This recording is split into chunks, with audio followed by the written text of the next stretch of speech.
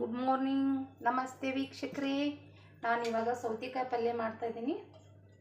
ಅದಕ್ಕೆ ನಾನು ಒಂದು 3 ಚಮಚದಷ್ಟು ಎಣ್ಣೆ ಹಾಕ್ಕೊಂಡೀನಿ.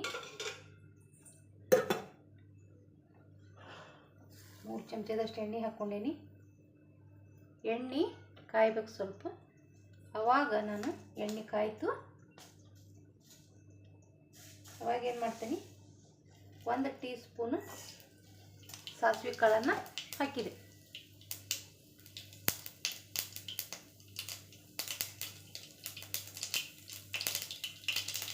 ಒಂದು ಎಸಳು ಕರಿಬೇವು ಹಾಕಿದೆ. ಇವಾಗ ನಾನು 2 ಉಳ್ಳಾಗಡ್ಡಿನ ಹಾಕ್ತೀನಿ. 2 ಉಳ್ಳಾಗಡ್ಡಿ ಹೆಚ್ಚಿಟ್ಕೊಂಡಿದ್ದು 2 ಉಳ್ಳಾಗಡ್ಡಿನ ಹಾಕ್ತೀನಿ ನಾನು.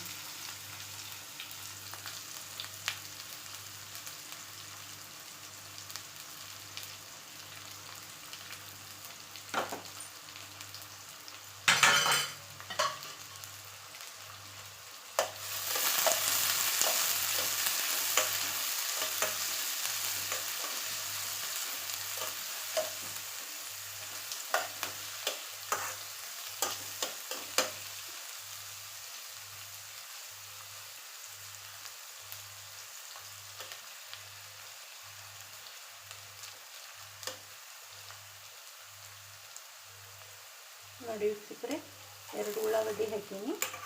3 ಚಮಚ ಎಣ್ಣೆ ಬಿಟ್ಟಿದ್ದೆ, 2 ಉಳ್ಳಾಗಡ್ಡಿ. ಇವಾಗ ಏನು ಮಾಡ್ತೀನಿ, ಒಂದು ದೊಡ್ಡ ಸೈಜಿನ ಟೊಮೆಟೊ ಹಣ್ಣು ಅಷ್ಟು ನಾನು ಟೊಮೆಟೊ ಹಣ್ಣನ್ನು ಹಾಕ್ತೀನಿ.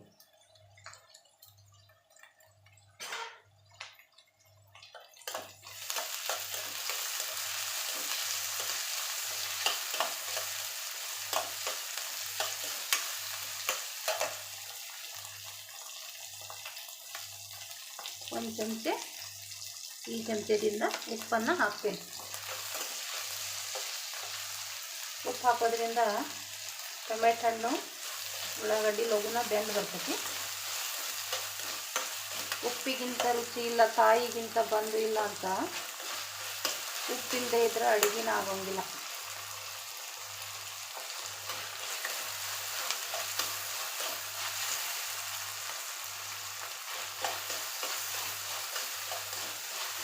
ಇವಾಗ ನಾನು ಏನು ಮಾಡಿದೆ, ಉಳ್ಳಾಗಡ್ಡಿ ಟೊಮೆಟೊ ಹಣ್ಣು ಇವನ್ನ ಸ್ವಲ್ಪ ಹೊತ್ತು ಬೇಯಿಸ್ಕೊತೀನಿ. ಆಮೇಲೆ ಅಲ್ಲ ಬೆಳ್ಳುಳ್ಳಿ ಪೇಸ್ಟ್ನ ನಾನು ಕಲ್ಲಾಗ ರುಬ್ಕೊಂಡೀನಿ ತರಿಯಾಗಿ, ಅದನ್ನು ಹಾಕ್ತೀನಿ.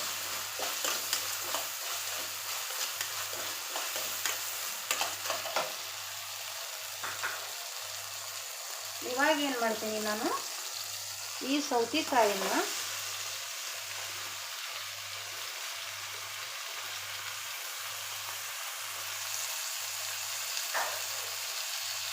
ಇದ್ರಾಗ ಹಾಕಿ ಸ್ವಲ್ಪ ಹೊತ್ತು ಇದ್ರ ಜೊತೆಗೇನೆ ಫ್ರೈ ಮಾಡ್ತೀನಿ.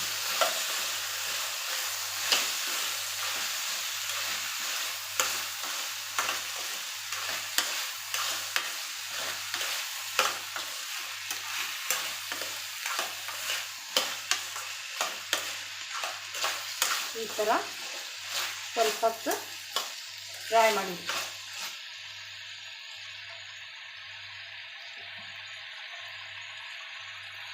ಇವಾಗ ಈ ಚಮಚದಿಂದ ನಾನು 2 ಚಮಚದಷ್ಟು ಖಾರ ಪುಡಿ ಹಾಕ್ತೀನಿ.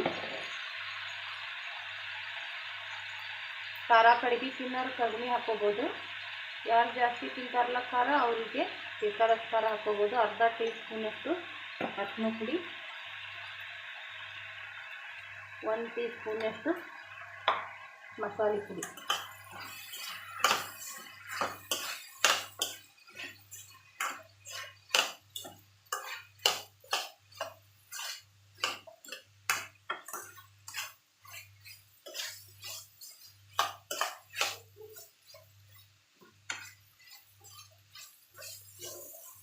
ಈ ಥರ ಇದನ್ನು ಮಾಡಬೇಕು.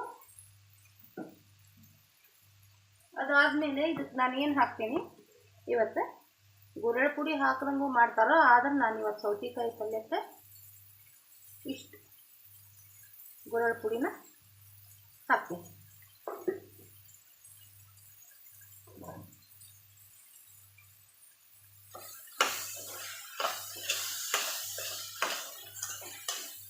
ಬೆಳ್ಳುಳ್ಳಿ ಪುಡಿ ಹುರ್ಕೊಂಡು ಅದರಲ್ಲೇ ಸ್ವಲ್ಪ ಶೇಂಗಾ ನರ ಪುಟಾಣಿ ನರ ಹಾಕಿ ಸ್ವಲ್ಪ ಹಾಕಿ ಅದನ್ನು ಮಿಕ್ಸಿಗೆ ಹಾಕಿ ಮಾಡಿಟ್ಕೊಂಡೀನಿ. ಅದನ್ನು ನಾನೇನು ಮಾಡಿದೆ ಹಾಕಿದೆ.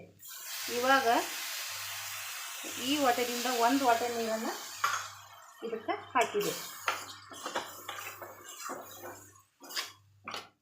ಇವಾಗ ಇದಕ್ಕೇನು ಮಾಡಬೇಕು, ಒಂದು 5-10 ನಿಮಿಷ ಸ್ವಲ್ಪ ಬಾಯಿ ಮುಚ್ಚಿ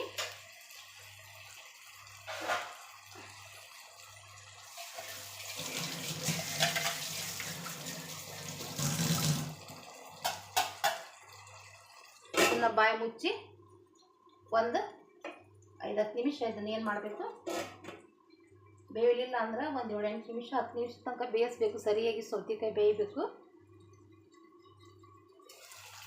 ಈ ಥರ ಇದನ್ನು ಬಾಯಿ ಮುಚ್ಚಿ ಬೇಯಿಸ್ಬೇಕು. ಈ ಗುರೆಳ್ಳು ಪುಡಿ ಹಾಕಿ ಮಾಡೋದ್ರಿಂದ ಇದೊಂಥರ ಬೇರೆ ಟೇಸ್ಟ ಬರ್ತೈತಿ. ನೋಡಿ ವೀಕ್ಷಕರೇ, ಸೌತೆಕಾಯಿ ಪಲ್ಯ ರೆಡಿ ಆಯಿತು.